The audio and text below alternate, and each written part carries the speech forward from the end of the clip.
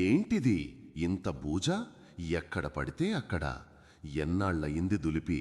కనీసం పండగలప్పుడైనా శుభ్రం చేయకపోతే ఎలా? చూశానా, ఇలాగే పేరుకుపోతోంది. ఏదో దులిపాంలే అంటే కుదరదు, మూలమూలల్లో దులపాలి. ఇదంతా మామూలు బూజు కాదు, ఇది సనాతనం బూజు.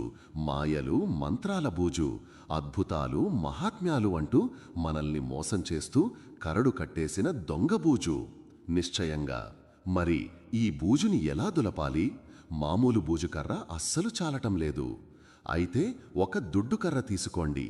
నొక్కి చెప్తూ, అది ఒక్కటైతే చాలదు. మనకు భౌతికవాదం, హేతువాదం, నాస్తికవాదమనే ఆధునిక దుడ్డుకర్రలు కావాలి. యంగ్యంగా ఆ మధ్య ఎవరో స్వామి వచ్చాడు. పళ్ళాలు మోగించాలట, దీపాలు వెలిగించాలట. అలా చేస్తే కరోనా పోతుందట. భజనలు చెయ్యమంటాడు. అన్నీ చచ్చుపుచ్చు సలహాలే. ఇదంతా పచ్చి అబద్ధాల బూజు. సమాజంలో బాగా పేరుకుపోయింది. నిజమనే కర్రలు తీసుకుని రోజూ దులుపుదాం రండి. కేవలం పండక్కి దులిపితే చాలదు. ఇది మొత్తం అశాస్త్రీయ బూజు.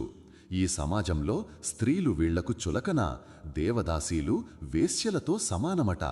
ఇక పునర్జన్మలు, ఆత్మలు, కర్మలు, ఇదంతా మనల్ని దారిమళ్లించే బూజు. గంభీరంగా ఈ బూజంతా పూర్తిగా దులిపితేనే మన ఇంటికి, అంటే మన సమాజానికి అసలైన రంగులు వేసుకోగలం. మన ఇంటికి 4 గోడలుంటే అందులో శూద్రగోడ మొత్తం బూజు పట్టింది.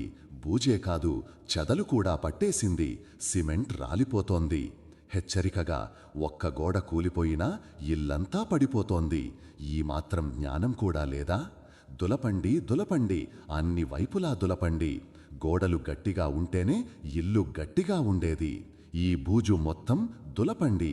రచన తమ్మినేని అక్కిరాజు, డల్లాస్, అమెరికా. మిత్రులారా, ఇలాంటి మరిన్ని ఆలోచింపజేసే వీడియోల కోసం దయచేసి మా ఛానల్కి సబ్స్క్రైబ్ చేసుకోండి.